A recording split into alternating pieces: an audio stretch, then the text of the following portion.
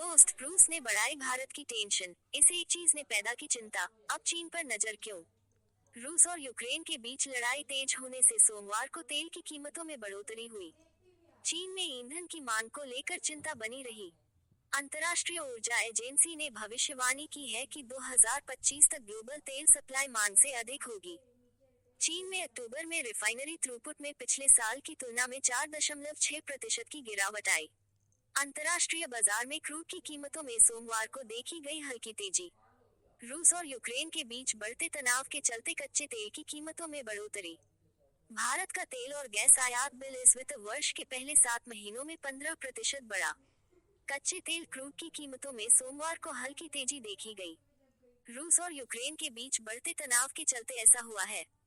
Crude की कीमतों में जरा सी भी तेजी भारत को डराने लगती है। यह उसके इंपोर्ट बिल पर सीधे असर डालता है, खासतौर से तब जब अप्रैल-अक्टूबर के बीच भारत का कुल ऑयल और गैस इंपोर्ट बिल 15% उछला है। हालांकि नजर दुनिया के दूसरे सबसे बड़े तेल उपभोक्ता देश चीन पर है। चीन में ईंधन की मांग को लेकर चिंता के चलते कीमतों पर लगाम लगी है। साथ ही अंतर्राष्ट्रीय स्तर पर तेल की अधिक सप्लाई के अनुमानों ने भी बाजार पर दबाव डाल रखा है। सोमवार को ब्रेंट क्रूड वायदा 20 सेंट यानी 0.3% बढ़कर $71.24 प्रति बैरल हो गया। जबकि अमेरिकी वेस्ट टेक्सास इंटरमीडिएट क्रूड वायदा 9 सेंट यानी 0.1% बढ़कर $67.11 प्रति बैरल बोला गया।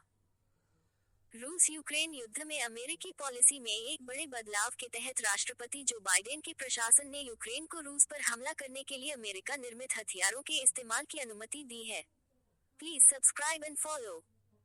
आईजी मार्केट्स के विश्लेषक टोनी साइकोमोर ने कहा, बाइडेन की ओर से यूक्रेन को लंबी दूरी की मिसाइलों से कुस्क के आसपास रूसी सेना पर हमला करने की अनुमति देने से फिर से तेल कीमतों में तेजी आने के आसार हैं। रूस ने रविवार को लगभग 3 महीनों में यूक्रेन पर अपना सबसे बड़ा हवाई हमला किया। इससे यूक्रेन की बिजली व्यवस्था को भारी नुकसान पहुंचा है। उद्योग के 5 सूत्रों के अनुसार रूस में कम से कम 3 रिफाइनरियों को निर्यात प्रतिबंधों, कच्चे तेल की बढ़ती कीमतों और ऊंची उधारी लागत के बीच भारी नुकसान के कारण प्रोसेसिंग रोकनी पड़ी है या फिर कटौती करनी पड़ी है। चीन के कमजोर आंकड़ों और अंतर्राष्ट्रीय ऊर्जा एजेंसी के यह अनुमान लगाए जाने के बाद कि 2025 में वैश्विक तेल सप्लाई मांग से प्रतिदिन 10 लाख बैरल से अधिक हो जाएगी।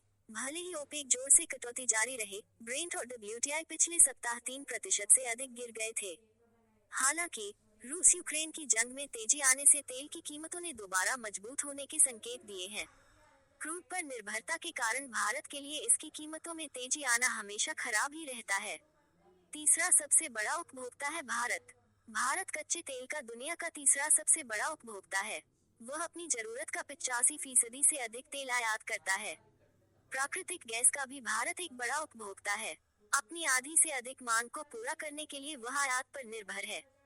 भारत के कुल व्यापारिक आयात बिल में तेल और गैस का आयात सबसे बड़ा हिस्सा है।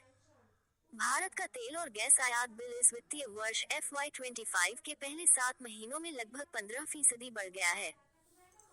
तेल मंत्रालय के ताजा आंकड़ों के अनुसार अप्रैल-अक्टूबर के दौरान भारत का शुद्ध तेल और गैस आयात मूल्य के हिसाब से $79.3 अरब रहा, जो एक साल पहले $69.2 अरब था। आयात बिल में बढ़ोतरी का मुख्य कारण कच्चे तेल, तरलीकृत प्राकृतिक गैस LNG और पेट्रोलियम उत्पादों के आयात में बढ़ोतरी है। घरेलू उत्पादन में कमी और मांग में ग्रोथ के चलते आयात बढ़ा है। भारत के पेट्रोलियम उत्पादों के निर्यात में कमी ने भी शुद्ध तेल और गैस आयात बिल में बढ़ोतरी में योगदान दिया।